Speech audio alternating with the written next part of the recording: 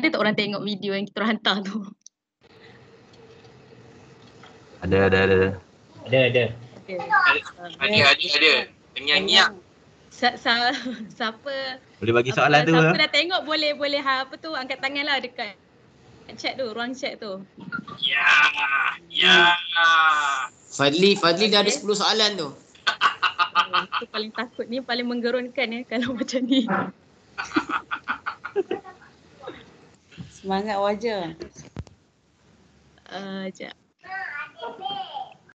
Ni tak keluar lah chat, tak tahulah kenapa. Boleh bagi sinopsis dulu kot Sakinah. Secara ringkas. Sinopsis kan? Okay. Alright, so saya buat untuk tajuk yang ke-8. Okay, kalau siapa ingat apa tajuk 8? Saya nak record lah balik kan sebab kata dah tengok kan? Okay, so siapa tahu tajuk yang ke-8 apa dia? Apa? Mula dia saya bagi sikit lah, pencapaian. Pencapaian dan kesan tamadun Islam terhadap perkembangan ilmu, betul lah? Betul. Pandai Ustaz. Kalau ada hadiah Google saya boleh bagi hadiah, tapi sebab online kan, jadi apalah, insya-Allah dapat pahala insya-Allah. Alright. Okay. So tajuk yang ke-8 ni berkenaan dengan pencapaian dan apa? Hadiah boleh post. Hadiah boleh post Okay. InsyaAllah nanti kita post lah nak apa kan. Tapi ikut bajet lah. Alright, okay. So, tajuk yang ke-8 adalah pencapaian dan kesan tamadun Islam terhadap ilmu pengetahuan. So, kalau kita ikutkan pencapaian ataupun kesan, kita kata sumbangan lah tamadun Islam ni, dia luas. Tapi untuk tajuk ni, kita skopkan hanya kepada bidang ilmu pengetahuan sahaja. Alright. Okay, so apa konten dalam pembentangan yang saya sharekan kepada semua tu berkenaan dengan bagaimana first kali pengenalan berkenaan dengan bagaimana Islam itu berkembang. Okay, so kalau kita lihat bagaimana Islam itu berkembang, sebenarnya tamadun telah wujud lagi kan. Sebelum Nabi Muhammad telah wujud tamadun, iaitu tamadun start daripada kewujudan Nabi Adam. Okay, dan manusia tamadun sebelum itulah. Cumanya bila datangnya Islam, maka dia menyempurnakan tamadun-tamadun yang sebelumnya lah. Okay. So itu dalam bab pengenalan. Kemudian saya ceritakan sedikit berkenaan dengan pencapaian lah, khususnya dalam bidang institusi ilmu yang kalau kita lihat mula berkembang starting daripada zaman Rasulullah sallallahu alaihi wasallam sehinggalah kalau kita lihat kesannya sehingga hari inilah, dan pada zaman kemuncaknya yang kita katakan sebagai zaman kegemilangan tamadun Islam adalah sewaktu kita punya golden age kan, yang mana barat sebenarnya waktu tu dia di era dark age. Kan, kalau tak tahulah, tapi kalau saya untuk pencapaian ni saya suka kalau kita semua rujuk, tak tahu mungkin semua pernah tengok kot yang National Geographic keluarkan tu, yang 1001 Muslim Invention tu. Pernah baca tak? Itu pasal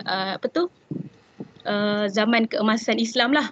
Dan dia kalau tengok dekat slide yang saya kongsikan tu, saya ada bagi link, boleh klik pergi ke YouTube tu lah, bagaimana yang sebenarnya orang barat dia kata dia dark age, dia zaman kegelapan dia, tapi sebenarnya pada masa itu Islam telah mengalami apa? Sorry. Okey. Kan ada nak tambah ke? Saya macam bentang balik tapi sikit je lah. So tu zaman keemasan kita lah. So saya bincangkan berkenaan dengan bagaimana pencapaian ilmu dari sudut institusi ilmu yang berkembang daripada zaman Rasulullah. Contohnya pembinaan masjid-masjid. Bagaimana fungsi masjid itu berperanan sebagai pusat penyebaran ilmu pengetahuan. Kan, kemudian disebarluaskan di kerajaan-kerajaan yang seterusnya lah, khususnya zaman kerajaan Abbasiyah yang mana tamadun Islam itulah kemuncaknya, the peak of the kita punya golden age lah, waktu tamadun Islam Abbasiyah tu. So waktu tu kalau kita lihat sebenarnya dia daripada zaman Rasulullah sampailah kepada zaman Abbasiyah tu, kita lihat bagaimana institusi ilmu ni mula berkembang dan memainkan peranan yang sangat penting. Kalau kita lihat yang tadi tu institusi masjid daripada zaman Rasulullah sehinggalah hatta zaman sekarang pun masjid ni memainkan peranan lah. Cumanya kalau kalau kita lihat daripada hari ni, kita tengok baliklah fungsi masjid tu adakah sebenar-benarnya dilaksanakan fungsinya ataupun tidaklah. Okay, itu dari sudut pelaksanaan lah kita tak bincang. Alright, okay. So masjid, kemudian universiti-universiti yang dibina sehinggalah universiti-universiti yang kalau di barat dia mengambil acuan daripada universiti-universiti di negara Islam. Okay. Kemudian wujudnya perpustakaan, bagaimana ada kutubkhanahnya, Baitul Hikmahnya kan. So itulah zaman tamadun Islam dari sudut institusi-institusi pendidikan yang berkembang. Kemudian ada poin juga yang berkenaan dengan pencapaian dari sudut bagaimana ilmu-ilmu klasik ataupun ilmu tradisional, ilmu agama itu sendiri berkembang. Contohnya perkembangan ilmu tafsir, ilmu fiqh dan juga ilmu hadis dan sebagainya lah. Kemunculan 4 mazhab yang famous tu kan. Lepas tu apa lagi? Dari sudut mungkin ada persamaan lah dengan presentation yang seterusnya, tajuk kumpulan 10 dengan 11 tu kan. Tajuk 10 dengan 11 tu berkenaan dengan pencapaian dari sudut ilmu pengetahuan dari sudut sains dan teknologi. Ilmu tu berkembang dalam bidang sains lah dan teknologi. So yang tu saya tentu sikit-sikit je lah bagaimana yang paling penting adalah ketika zaman Abbasiyah berlakunya aktiviti penterjemahan yang sangat-sangat luar biasa lah. So ada yang Islam ambil daripada ilmu daripada bangsa asing ataupun budaya asing, kemudian diambil lalu kita terjemahkan ke dalam bahasa Arab, dan ada juga yang daripada bangsa Rom ataupun Yunani diambil diterjemahkan pula pada bahasa ni, khususnya barat lah. Itu sedikit lah saya ceritakan. So untuk tajuk 9 mungkin Khadijah boleh simpulkan sikit kot, boleh ringkaskan. Tajuk 9 Khadijah.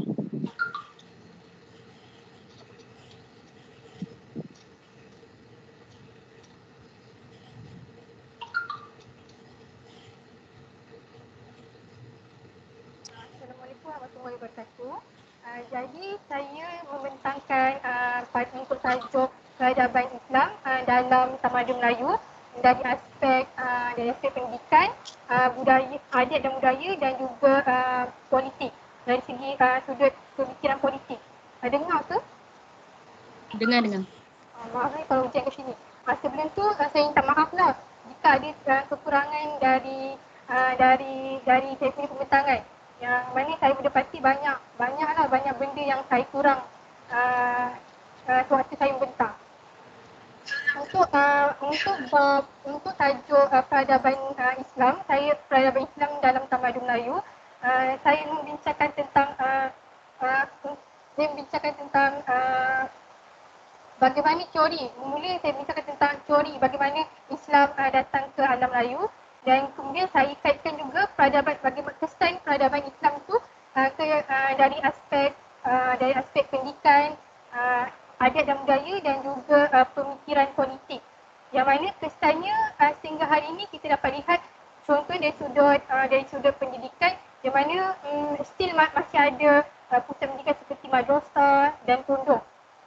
Dan untuk seterusnya, untuk adat dan budaya, kesan daripada peradaban Islam ni telah membentuk masyarakat Melayu yang mempunyai ciri-ciri Islam lah, dengan cara hidup yang lebih harmoni dan mencari Islam lah. Dan kemudian dari sudut pemikiran politik tu, saya kaitkan bagaimana perubahan konsep sistem pemerintahan. Yang sebelum ini konsep pemerintahannya lebih kepada konsep Dewa Raja, dan kemudian bertukar kepada konsep Khalifatul fil Ard.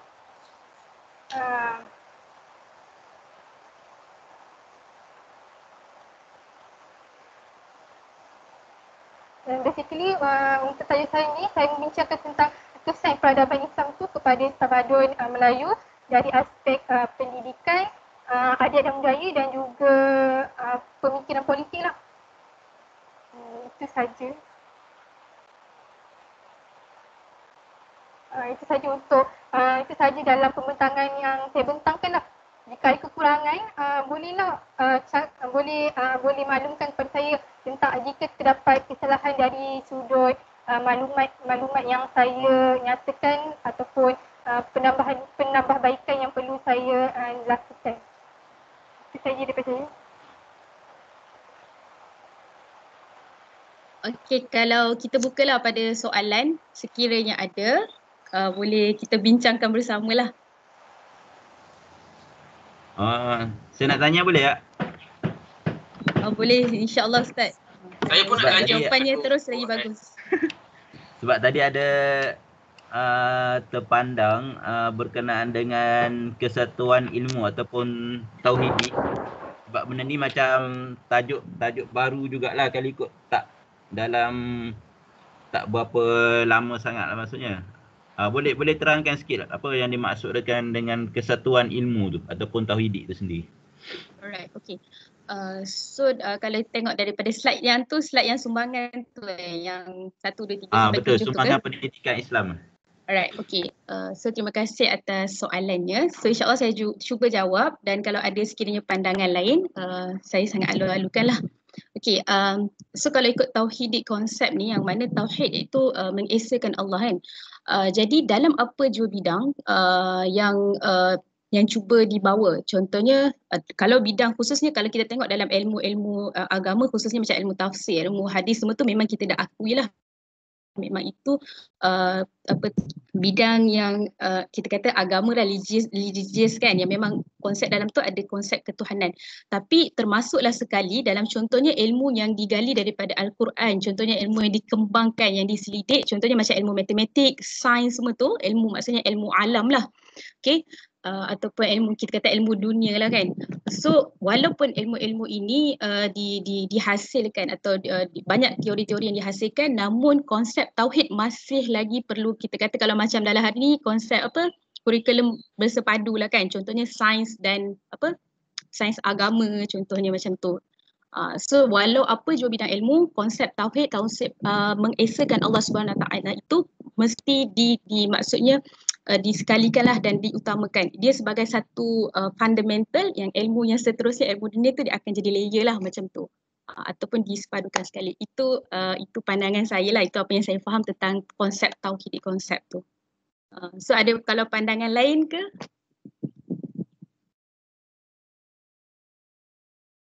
Oh okey tak Ustaz? Saya tak tahu lah sama ada clear ke ataupun tidak.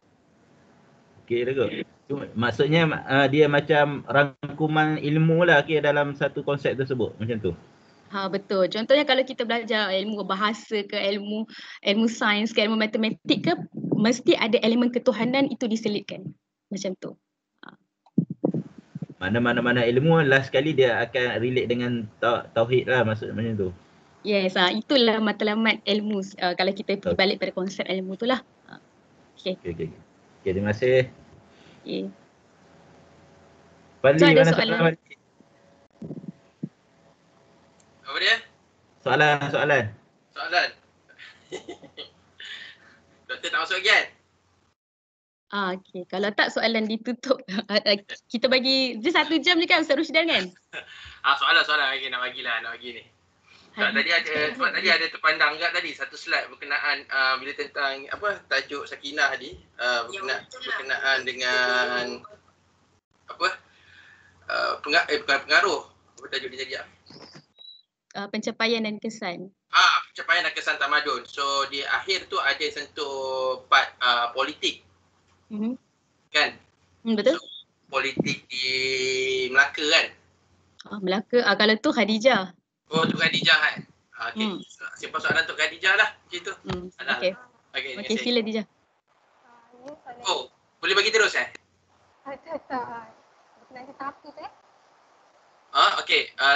Sebab tadi ada slide yang terakhir tu berkenaan dengan, bukan terakhir lah, ada tajuk yang berkaitan dengan politik di Melaka. Ada cerita pasal hukum, hudud dan undang-undang semua itulah kan. So daripada basic tamadun dan apa yang kita belajar ni, apakah masih relevan politik berteraskan kepada satu bangsa ataupun ketuhanan itu diperkasakan, sedangkan kita hari ini sistem di Malaysia kepelbagaian kaum. Apakah yang dimaksudkan dengan hari ini orang menggembar-gemburkan dengan ketuhanan Melayu itu? Adakah ketuhanan Melayu itu melihat kepada tuannya kepada negara ini ataupun melihat kepada susul galur ataupun keistimewaan yang perlu kita ambil, ataupun just nama je ketuhanan Melayu itu? Apakah masih relevan lagi kita nak menzahirkan ataupun melaungkan kod itu? Pandangan, sebab tadi ada cerita pasal politik di Melaka kan, kesannya terhadap sekarang. Ini pendapat kan? Pandangan saya lah. Ya, pandangan. Okay, untuk pandangan saya, bagi saya ketuhanan tu masih lagi relevan. Yang mana kita lihat selepas penjajahan, selepas kedatangan Portugis di tanah Melayu pun, walaupun telah terbahagi kepada undang-undang. Peti, soal dia takut dia. Cerita ketuhanan Melayu. Okey, teruskan. Mana selepas kedatangan Portugis ke tanah Melayu pun ataupun di tanah Melayu, still lagi maksudnya undang-undang berkenaan tentang Islam still lagi diamalkan. Yang mana kalau kita tengok pun Malaysia merupakan sebuah negara Islam yang majoritinya orang Islam, majoritinya rakyat Melayu. Jadi saya merasakan tentang tentang slogan untuk ketuhanan tu masih lagi relevan lah. Even sebab kita pun dah dibahagi-bahagikan mana orang Cina dengan orang India masih lagi boleh mengamalkan orang punya kefahaman, dan kita tak mengganggu kita mengganggu mereka punya adat ataupun kefahaman mereka lah. Itu saja pendapat saya lah. Pendapat saya masih lagi relevan lah. Sekejap. Ni saya tanya bukan ketuhanan tau, ketuanan. Ketuanan, tuan, ketuanan. Adakah relevan lagi kita nak melaungkan definisi ketuanan pada waktu sekarang?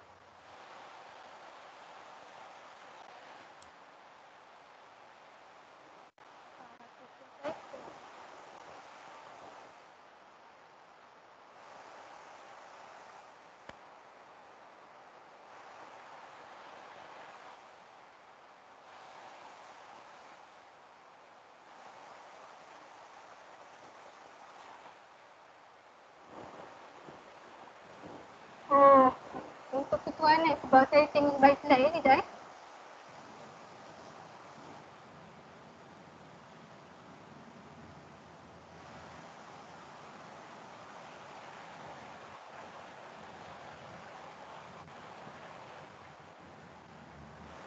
Lain Khadijah tak elok Sekejap saya nak tengok slide balik.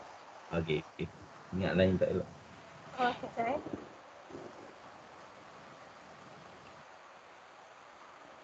Itu soalan kebat tu. Soalan kebat. Tak ada kod dalam slide. Itulah, saya pun saya cuba untuk fahamkan tentang ketuanan Melayu tu. Afifah dah bocorkan pula.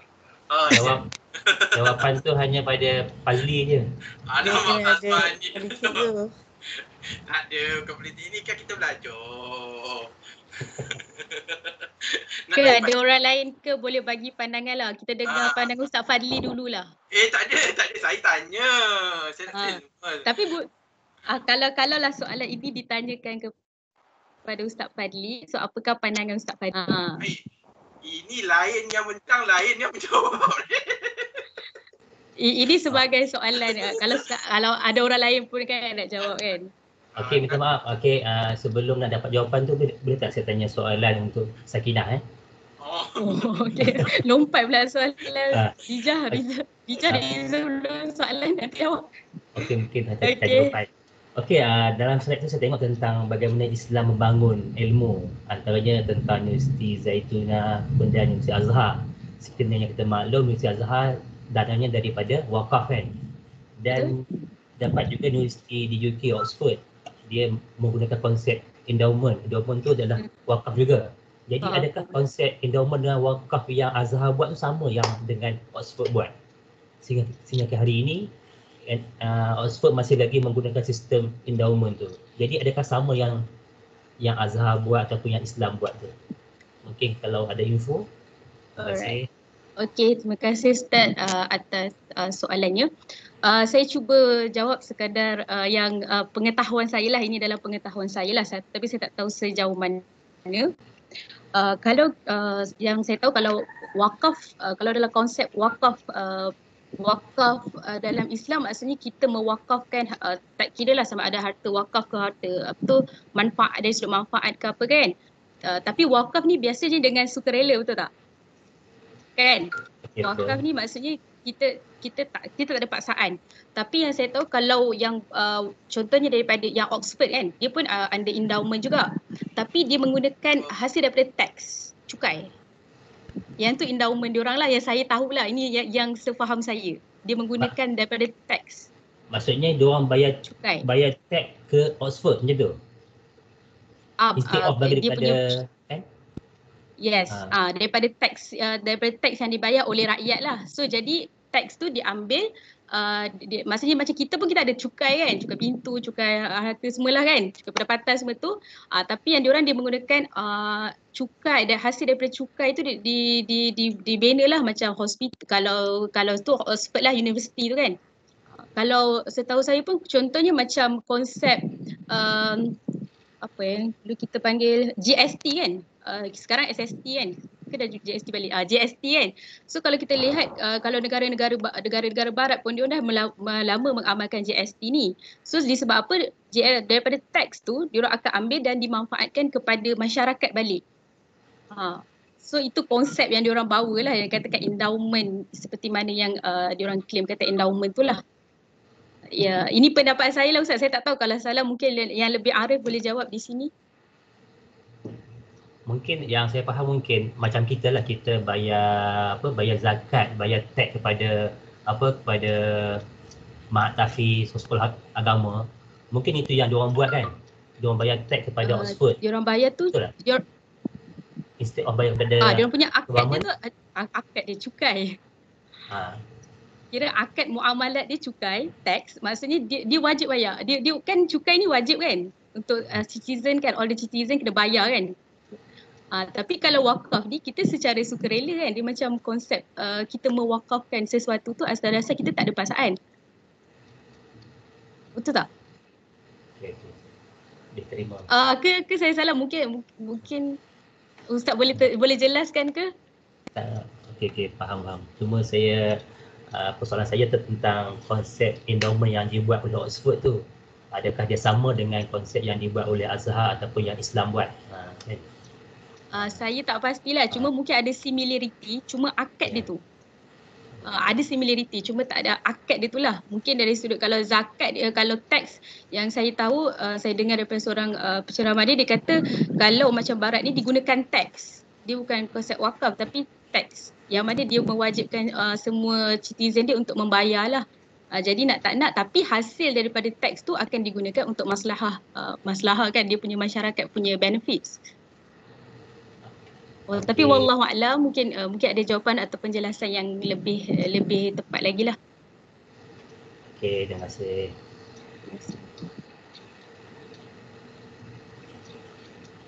Okey, mungkin boleh balik pada Hadijah tadi kot. Soalan Hadijah tadi. Untuk tentang ketuanan Melayu ya. Ketuanan. Relevan lagi ke konsep ketuanan Melayu ke macam mana? Konsep ketuanan Melayu. Kiranya ownership of the land lah, kiranya macam tu Ustaz Fadli. Ya, sebab macam ni. Sebab pemilikan tadi, semasa pembentangan tadi, kita dapat gambaran bahawanya Islam bila datang ke tanah Melayu, bila datang ke Melaka, maksud kita tahulah benda tu secara officialnya waktu tu majoriti semuanya Melayu. So kalau ketika itu dilaungkan ketuanan Melayu pun kita masih lagi boleh accept. So sekarang ni kita ada kepelbagaian kaum di Malaysia. Apakah pada waktu kini ketuanan Melayu itu masih relevan untuk kita menjadikan satu sentimen? Saya guna perkataan sentimen ni sebab dia lebih dekat lah. Sebab tajuk pun tajuk politik kan, menjadi sentimen. kepada kaum pada hari ini. Dia menjadi satu permainan. Dan kalau kita lihat kesannya ini adalah semakin berantakan apa yang kita berlaku di bawah ni lah, kaum ni. So apakah masih ada lagi naratif ketuanan Melayu itu perlu dilaung-laungkan untuk pada masa sekarang, pandangan daripada pihak pembentang. Okay, Dijah, macam mana? Sebab saya rasa tahun ni macam saya selalu tengok lah, untuk laungan ketuanan ni lebih kepada macam unsur politik mendalam, yang mana pihak kerajaan sebelum ni melaungkan tentang ketuanan Melayu. Bagi saya, pendapat saya ketuanan Melayu ni masih lagi relevan, tapi saya kurang faham juga tentang konsep ketuanan Melayu, tapi saya rasa masih relevan untuk sebagai panduan yang mana majoriti Malaysia masih lagi dimonopoli oleh orang Melayu. Dan saya tak tahu apa yang diorang mainkan, sentimen apa yang diorang mainkan tentang ketuanan Melayu. Tapi saya rasa ketuanan Melayu tu masih relevan untuk diketengahkan lah. Sebab majoritinya masih lagi orang Melayu, dan jika kita tak melaungkan sendiri tentang ketuanan Melayu, bagaimana pula kalau macam diorang macam China ada negara sendiri dan India ada negara sendiri. Kalau kita tak melaungkan atau kita tak menyatakan tentang pendirian kita ada tuan. Itulah pendapat saya. Saya nak respon sikit. Boleh tak? Boleh. Boleh tak? Saya kan macam sebenarnya penting tau kita ada ketuanan tanah Melayu. Sebabnya kita tak nak jadi macam Israel, macam Palestin, macam Tel Aviv kan. Pendatang datang tapi pendatang monopolikan negara tu, jadikan barat punya, jadikan orang Israel punya. Sedangkan itu adalah orang Islam punya, Palestin punya. Tapi mereka ambil. Macam contoh kita kat Malaysia ni, kita cakap kita tuan Melayu, keislaman hak Melayu, tapi kita tak pun menindas orang lain. Kita tak menindaskan minoriti. Kita tak bagi hak minoriti tu, kita tak bagi ada. Cumanya mungkin kepentingan individu yang tertentu yang menggunakan hak ketuanan Melayu tu dalam ucapan politik mereka untuk memanaskan isu sebenarnya. Bagi saya macam itulah. Sebenarnya kalau kita katakan kita adalah bangsa Malaysia. Bangsa Malaysia ni adalah rakyat Malaysia. Semuanya adil. Semuanya ada macam ni, dia ada bahagian-bahagian dia. Kita ada kelebihan kita, diorang pun ada kelebihan diorang. Sebab kalau kita tak ada jaga ketuanan Melayu kita tak naklah orang Melayu nanti akan ditindas. Jadi mesti merempat ataupun dari negeri sendiri. Sedangkan kita ada negara kita sikit tu je, negara kita pun bukannya besar macam China, India. Bagi saya lah. Cuma yang nampak biasnya bila ahli politik yang memainkan isu ketuanan Melayu tu. Sebenarnya okey je kalau kita tak jadikan dia isu ataupun macam untuk memanaskan suatu perkara. Bagi saya lah. Itu je lah. Saya setuju dengan apa Ustazah Hafizah kata berkenaan dengan isu ni. So berbalik pada soalan tadi, maka saya nak tanyalah kepada pandangan semua. Setuju tak kalau saya kata Malaysians for Malaysia atau Malaysia for Malaysian? Malayan Union ke tu? Ayat tu dia macam trap sikit lah. Kalau pandangan saya lah. Okay, dia macam nampak asobiah, dia nampak macam asobiah sangat lah. So apa beza dengan satu Malaysia? Satu Malaysia dia nampak lebih harmoni macam tu. So samalah, kita negara bangsa macam Ustazah Hafizah kata. Dia yang bezanya adalah orang yang membawa term itu saja. Satu Malaysia sama juga dengan Malaysia for Malaysia. Kita satu Malaysia. So siapa yang bawa terma? Kalau satu Malaysia tu datang daripada Yahudi, kita dah tolak dah. Tapi sebab Malaysia for Malaysia datang daripada Malaya Union, ramai yang tolak. Tapi konsep tu sama kan? Itu yang saya setuju dengan Ustazah Hafizah katakan tadi. Bangsa Malaysia tu saya amat setuju lah. Nak respon sikit boleh tak? Boleh. Okay, kalau saya melihat isu ketuanan Melayu ni bergantung kepada motif sesuatu lah. Maksudnya sekarang ni kita kalau situasi kita dekat Malaysia, kita memperjuangkan ketuanan Melayu tu sebab kita merasakan orang Melayu ni masih mempertegakkan Islam. Sebab sebenarnya hadaf kita, tujuan kita adalah untuk meletakkan Islam. Kita tak nak negara kita, pemimpin kita diperintah oleh yang bukan Islam. Sebab kita 45% adalah orang Islam. 40%. Maksudnya kita, majoriti kita di Malaysia ni Islam. Jadi kita nak negara kita ni dipimpin oleh orang Islam. Jadi motif kita adalah Islam. So sebab itulah salah satu yang memperjuangkan Islam ni adalah Melayu itu sendiri. Dan secara sebenarnya kita adalah tuan tanah. Jadi tuan tanah yang disusun atur oleh datuk nenek moyang kita dulu, Melayu ni dengan Islam ni seolah-olah tidak boleh dipisahkan. Sebab itulah istilah ini, fahaman ini juga menjadi satu mungkan kepada kaum lain yang merasakan okey, bila masuk Islam kena jadi Melayu. Itu satu benda yang sebenarnya dia gambaran semasa politik.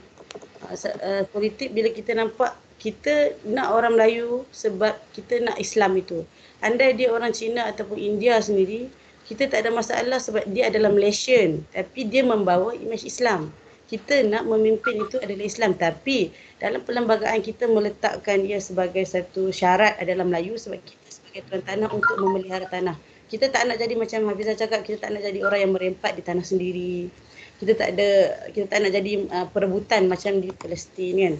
Itu satu yang wajar juga lah. Cuma bila kita hidup dalam satu masyarakat yang tidak ada kejujuran, macam Rasulullah sendiri berhijrah ke mana, tapi dia berlandaskan kepercayaan. Sebab Rasulullah meletakkan Islam. Sebab kita percaya Islam itu daripada Tuhan yang membimbing kita ke arah situ. So sebab itulah masa Rasulullah mentadbir Madinah tidak menjadi satu isu yang besar. Sebab Rasulullah meletakkan Islam. Begitu juga kita ketuanan Melayu di Malaysia. Kenapa kita setengah politik memperjuangkan ketuanan dan setengah lagi menyokong ataupun kita ada tolak ansur disebabkan kita nak yang naik itu adalah yang berpaksikan kepada Islam, itu adalah motif dalam politik yang kita nak jalankan. Itu pandangan saya. Okay, terima kasih. Terima kasih. Okay, terima kasih. Syukur. Jelas. Dia berbalik. Okay. Sebenarnya saya suka buat isu ni sebab alhamdulillah semuanya ia sekata dengan apa yang saya berpandangan. So saya rasa the most important is kita berbalik kembali kepada perlembagaan. Jadi apa yang telah berada di dalam perlembagaan, maka itulah yang sepatutnya kita hormati dan kita kena tunduk dan kita kena patuh. Tak kisahlah dia daripada latar belakang mana sekalipun, maka bila kau duduk Malaysia, kena ikutlah perlembagaan. Itu dia punya kuncinya lah untuk keharmonian Malaysia lah. Maksudnya dia ada fungsi keperlembagaan itulah macam rukun lah kan. Rukun. Betul. Rukun Islam kita ikut rukun Islam kan. Negara kita pun ada rukun kita. Ada perlembagaan. So that's why lah kenapa ada sesetengah, saya setuju dengan puan dengan Ustazah Hafizah kata benda ni dimain oleh sentimen individu tertentu, kumpulan tertentu yang nakkan kepentingan. Tapi bila dah dapat kepentingan tu, entah ke laut dah dia punya ketuanan Melayu. Lupa daratan. Kan? Lupa daratan semua kan. Banyaklah isu-isu yang ada kan. Contoh macam isu adib, isu-isu yang high risk ni. Yang panas-panas. Yang panas-panas ni kan. Dulu digegar-gegar tapi akhirnya senyap. Itulah menjadi satu kesilapan pada orang politik Melayu lah, menggunakan sentimen ketuanan tu salah pada tempat. Jadi kita hormati lah kembali kepada perlembagaan. Jadi saya setujulah semua pandangan tu. Memang ia sekata dengan saya lah. Kalau kita, ni saya respon lah berbalik pada tajuk pun, kalau kita lihat bagaimana politik kan yang diamalkan oleh masa zaman Rasulullah, kan kerajaan Islam kan, kita kan semua kerajaan Islam kan, bisnis Islam tu lah. Tapi walaupun kerajaan Islam yang memerintah, tapi still mereka meraihkan contohnya golongan bangsa-bangsa lain yang ingin menetapkan, kita santuni mereka walaupun dia di dalam kerajaan Islam. Itu mungkin kita boleh ambil pengajaran lah dan contoh daripada sejarah silam Islam kan. Lagi satu saya tambah sikit daripada Ustaz Sakinah katakan. Saya setujulah sebab bila kita lihat kepada tamadun atau peradaban, sekecil-kecil perjalanan Rasulullah itu adalah batu binaan tamadun dan kesannya pada hari ini. So kita lihat kembali bagaimana Rasulullah pergi ke Habsyah, berjumpa dengan Najasyi.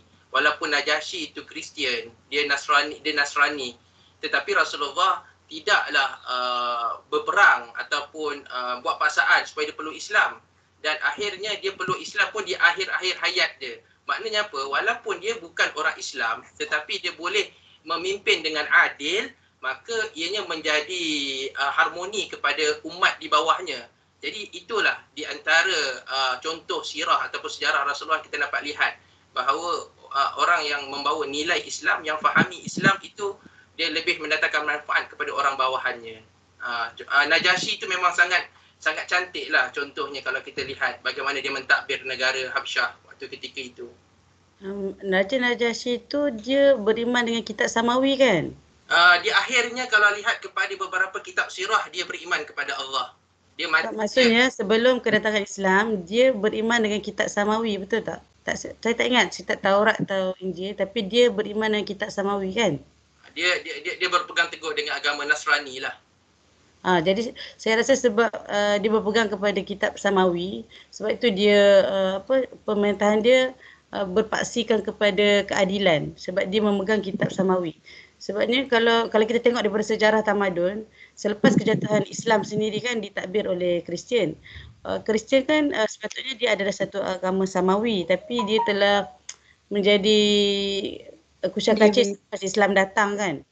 Jadi macam ada yang kesan daripada kejatuhan Islam tu, banyak kekesalan yang berlaku baik di Andalus, baik di Uthmaniyah, yang mengatakan ketidakadilan tu muncul. Jadi ini salah satu bukti yang kita tak mahu negara-negara ditadbir oleh orang lain, sebab dia orang tidak memegang lah satu macam Islam, dia memegang kepada hukum Tuhan kan. Jadi dia tak boleh nak lari jauh, dia terkawal berbanding dengan agama lain. Tapi saya percaya kalau seorang yang beragama Samawi, bila dia pegang dengan agama dia dengan teguh, benda tu tak akan jadi. Maknanya berbalik kepada Ustaz Sakinah lah. Dia berbalik kepada tauhidik tadi. Oh yes, betul. Dia tauhidik, tauhidik. Maknanya Raja Najasyi tadi tu dia masih lagi mempercayai keesaan Allah Subhanahu Wa Taala, dia mempercayai bagi ketuhanan Allah. Maksudnya kalau dululah metodologi contohnya rububiyah kan, uluhiyah, asma wa sifat, dia masih lagi mempercayai dua-dua, rububiyah, uluhiyah tu dia masih lagi berpegang dengan kuat. Dia masih mengesakan dan menganggap Tuhan tu satu, esa dan sebagainya lah. Jadi Ustaz, saya nak teringatlah soalan Ustaz minggu lepas kan. Kan Ustaz ada tanya kan antara pemimpin dan Muslim yang untuk memimpin dengan pemimpin yang non-Muslim tapi dia kira macam dia mahir dalam kepimpinan politik negara lah kan. Dan dengan yang Muslim yang tapi dia macam korang lah, dia sudut akhlaknya teruk semualah. Jadi kalau pandangan Ustaz lah, kalau kita melihat daripada contoh Raja Najasyi ni, jadi kalau Ustaz punya jawapan, pendapat macam mana? Kalau katakanlah non-Muslim itu dia berpegang teguh dengan agama dia, dia tahu bahawa ketuhanan dia, Tuhan dia itu adalah Tuhan dia yang satu, yang Tuhan dia mengawal sistem manusia, yang dia mempercayai, cumanya dia tidak mengesakan Allah sahaja, tetapi dia mempercayai bahawa segalanya datang daripada Tuhan yang satu. Dan dia tahu yang dia suatu hari nanti dia akan dinilai oleh Tuhannya. Hidup dia, mati dia, semuanya. Maka kat situ dia dah ada sifat ketakutan, sifat kehambaan. Konsep kehambaan tu ada. Maka bila dia ada rasa takut kehambaan itu, maka dia memimpin itu mengikut sifat kehambaan sebagai satu amanah. Bila dia ada perasaan amanah itu sebab apa? Sebab dia rasa diri dia bertuhan. Yang kita takut ni sekarang, orang Islam rasa dah ada Tuhan tapi tak amanah sebab dia rasa tak ada orang tengok dia. Kan? Jadi berbalik kepada soalan Puan Sakinah tadi, kalau sekiranya seorang yang bukan Islam itu, dia rasa diri dia bertuhan, dia rasa tak baguslah kalau buat jahat, tak baguslah kalau buat korupsi, berdosalah kalau buat gini, dan dia mentadbir dengan baik. Itu lebih baik. Bagi saya lah, itu lebih baik daripada orang yang membuat mudarat. Sedangkan dia ni beriman. Bukan beriman, dia ni percaya pada Allah tetapi dia tak tahulah nak kata apa. Dia tak rasa bahawa Allah tu dekat dengan dia. Kan? Itu kalau jawapan bagi saya lah. Jawapan kalau pada pandangan saya lah. Tapi dia berbalik kepada konsep tauhidik tadi.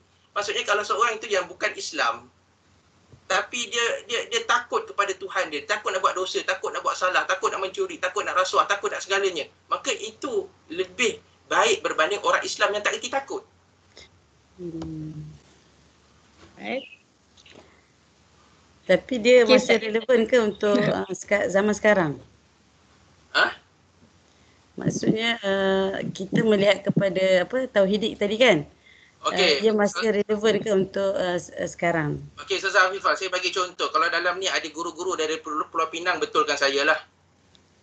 Okey, kalau siapa ada guru-guru dari Pulau Pinang, betulkan saya. So, kalau kita lihat, kalau sebelum ini, pemerintahan sebelum ini, sebelum Lim Guat Eng mentadbir, berapa banyak peningkatan ataupun kadar gaji yang diberi kepada guru-guru pendidikan Islam, guru-guru agama, peningkatan gaji.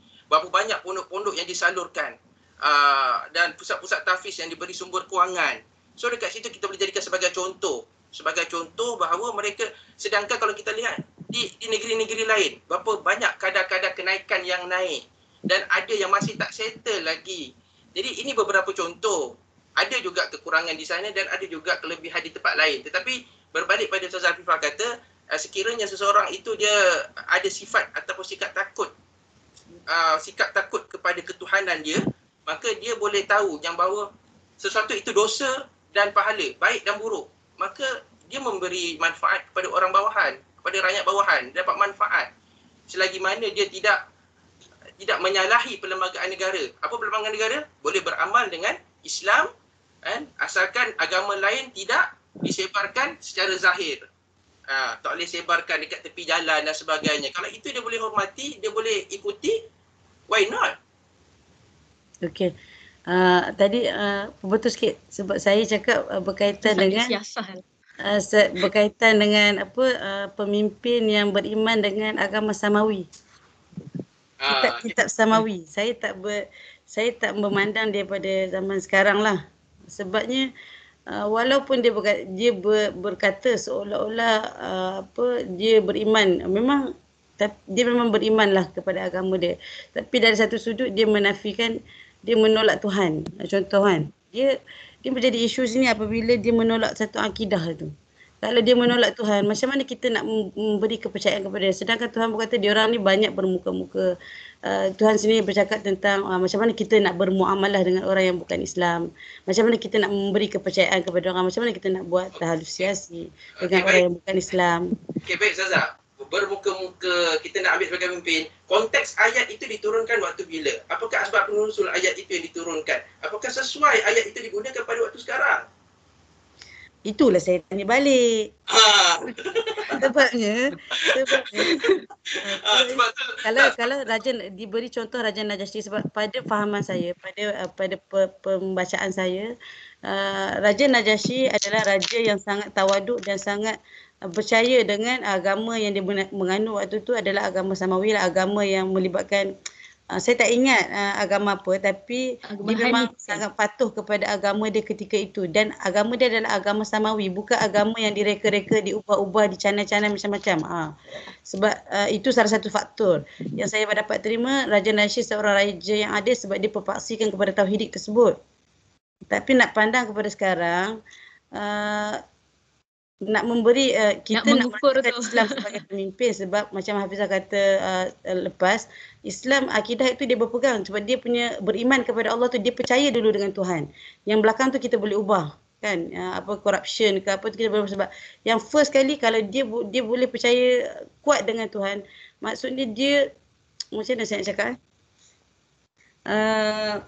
benda belakang tu dia boleh ambil kira, sebabnya dia dengan Tuhan pun dah jujur, dia dengan Tuhan pun dah ada akui, dia dengan Tuhan pun tak ada problem. Jadi belakang tu kita boleh bimbing. Macam Ustazah Hafizah cakap minggu lepas lah. Pada saya, sebab dia meletakkan tauhidik yang pertama. Kalau kepada agama lain, kita tak memanggil dia sebagai tauhidik, betul tak? Sebabnya tauhidik ini berkaitan dengan mengesakan Tuhan. Kalau agama lain, dia ada agama yang menyamakan Tuhan, ada agama menjelmakan Tuhan, tapi tauhidik ni sesuai dipakai hanya dalam agama Islam, betul tak Sakinah? Ya, kalau pendapat saya lah, saya mungkin dia, kalau ini pendapat pendirian saya sendiri, untuk jadi ketua kepada negara tu, kalau saya sendiri saya prefer yang Muslim lah. Tapi mungkin yang menteri-menteri tu mungkin kita boleh gabungkan lah, macam yang sekarang kan. Yang tu concern saya lah. Ini pendapat, tidak ada yang salah dan tidak ada yang betul lah. Even ulama pun khilaf bab ni. Betul. Perdana Menteri memang jelas dalam perlembagaan, tak ada masalah. Apa yang saya kena kata tu betul lah. Dan lagi satu, bab tauhidik dengan bab politik adalah fake. Sebab tu nama dia fake politik. Dia bukan benda yang diputuskan, qat'i. Jadi sebab kita cerita bab alamu bi umuri duniaku kan. Allah pun kata kan. So jadi bab ni sebab dia berkaitan dengan tamadun dan peradaban. Sebab tu saya masih lagi kita boleh lagi terima bahawa kalau yang minggu pertama kita ada bicarakan tentang akidah Ibn Sina kan. Kita masih lagi boleh terima dia punya dia punya sumbangan dia. Sebab apa? Sumbangannya itu memberi kebaikan kepada ummah. Dia tak menyebarkan Syiah dia, kalau betul ada Syiah kan, kesalahan akidah dia, sebab dia ummah, untuk ummah tak ada masalah tentang itu ilmu dia. Sama juga dengan bab politik. Dia bab yang berbentuk fake politik kan, yang berbentuk ijtihadi. Tapi kalau berbalik pada bab tauhidik, yes, dia bab qat'i lah, bab yang kita kena putuskan. Itu sebab kita ada perlembagaan. Alhamdulillah, Perdana Menteri kita wajib orang Melayu Islam. Dan negeri-negeri yang ada sultan, wajib menteri besar dia Melayu Islam. Jadi ini perkara-perkara yang kita sedang bincangkan. Dan bila cetusan idea ini yang saya kata, bila ada satu negeri itu yang tidak ada ketetapan, maka kalaulah itu yang terbaik pemimpinnya dari segi bukan dalaman, luaran dia, dari segi integriti dia, maka itu yang terbaik untuk umat, untuk orang bawahan dia lah. Tapi kita berbalik kepada perlembagaan lah. Kita balik pada perlembagaan, alhamdulillah kita hormati lah perlembagaan kan. Saya setuju macam saya kata. Yang ketua, maksud saya samalah. Maksudnya yang ketua okey. Sebab ketua tu yang akan menggerakkan yang bawah kan. Natijahnya kita kena hasilkan ramailah politician daripada yang berkualiti lah. Maksudnya tidak daripada pisahkan Islam orang ulama, umarok kan. Ulama dan umarok ni kena duduk sekali. Sebabnya kalau pada segi tamadun pun kita tengok ulama dan umarok ni dia kena naik sekali. Bila menjadi ulama dia perlu menjadi seorang umarok sebabnya dia memahami segala segi. Itu kalau saya tengok daripada politik di Andalus lah. Okay. So ada lagi? Macam saya kena sebenarnya saya ada soalan. Bolehkah lagi Ustaz Rusdan kita ada soalan lagi ketua kelas macam lama sebab ada grup lagi 2 grup lagi. Sebab nak proceed pada dua tajuk yang lain lagi Kalau ikut Dr. Hafizah suruh habis pukul 4 ni. Lagi 4 minit je. Okay, boleh bagi satu soalan lah. Ada lagi sebenarnya saya nak tanya, apakah faktor penyebab kepada terpisahnya tamadun Islam tu dengan Barat, jurang di antara kedua tu membuatkan tamadun Islam ni dia drop, dia macam macam hilang macam tu. Apakah faktor yang menyebabkan jadi begitu? Kan macam tamadun Islam awal yang kita dalam slide tu kan. Lepas tu ada tamadun, ada barulah faktor kejatuhan ni. Kan? Okey, ini simple lah. Saya jawab simple je. Saya rasa dia boleh kita konkludkan kepada faktor kejatuhan tamadun Islam tu sendiri. Okey tak?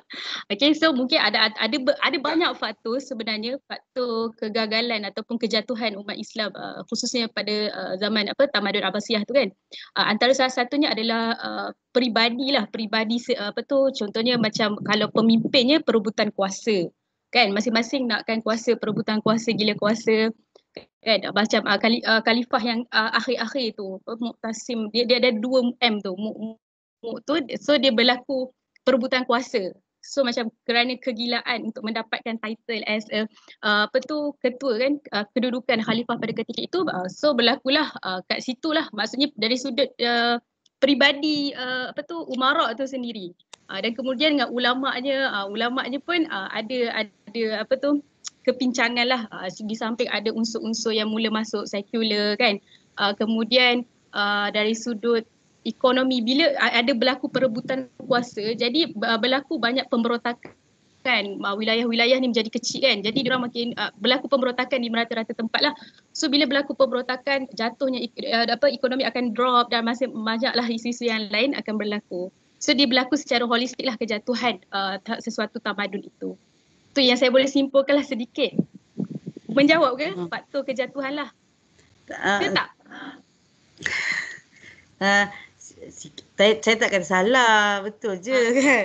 Tapi naknya okay saya cuma nak tahu macam ni, kan Islam itu dari segi politik, tapi dari segi ilmu, bidang ilmu tu kan ditulis dan dibawa ke barat apa semua kan. Tapi kenapa tokoh-tokoh kita, tokoh-tokoh Islam ini seolah-olah tenggelam, seolah tak dipandang, seolah-olah macam tak wujud, seolah-olah yang kita pada zaman kita sendiri kan, kita kecil-kecil, kita tak kenal pun orang yang sebenarnya yang siapa yang tadi ada yang saya dengar tu yang ada sebagai pemula lah, sebagai pengasas, sebagai penjumpa ilmu tu semua kan.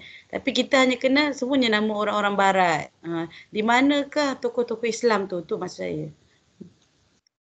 Oh, maksudnya dari sudut Ilmu. macam Yes. penerapan ilmu tu lah. Ilmu tu, sebabnya kalau politik yes kita jatuh semua kan, tapi dari sudut bidang ilmu tu sebabnya kita punya ilmu kan dibawa ke barat kan, walaupun kita jatuh tapi ilmu tu still ada di barat, sebabnya dia orang baru nak keluar daripada zaman kegelapan kan. Itulah jadi macam apakah faktor yang berlaku sehingga tinggal jurang yang jauh sehingga kita sekarang pun tunggu nak belajar tinggi baru kita dapat tahu, baru kita dapat congkil benda tu. Okey. Ini okey. Boleh Ustaz Fadli jawab? Ustazah Afifah, Ya. Ustazah Afifah try cari buku Ini Sejarah Kita, ISK. Kalau jumpa lah. Tahu tu. Tahu kan? Kalau tahu tu, kalau dia tanya tu memang ada buat tahu lah. Kita tahu tu. Mana tak tahu pun. Ini sejarah kita. Okey, yang keduanya, kalau kita lihat pembentangan dua kumpulan Ustazah Sakinah dan kumpulan Ustazah Khadijah tadi, ataupun Khadijah, kalau kita lihat kan banyak zaman-zaman ketika mana tamadun ilmu kita berkembang, kita ambil buku-buku mereka, kita translatekan kepada Islam kan, kepada tulisan Arab dan sebagainya. Dan kalau dalam buku Ini Sejarah Kita dia ada tulis sampai satu peringkat bila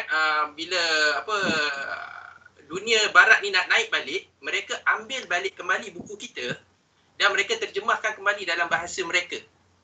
Dan ketika itu kan selain daripada tamadun ilmu, berlakunya nak berperang dan sebagainya. Kita ada peperangan tentera Mongol kan, menjatuhkan yang Sungai Furat tu. Ya, mereka ambil buku kita, mereka tenggelamkan, mereka bunuh kita punya ilmuwan, sarjana, dan yang tinggal adalah buku-buku mereka yang dalam bahasa mereka yang asalnya mereka translate daripada kita. So di situlah berlakunya beberapa kekeringan di segi ilmuwan yang akhirnya datanglah sarjana-sarjana Islam kita yang hari ini mencari balik untuk generasi kita dan generasi pada masa akan datang. Okey, terima kasih.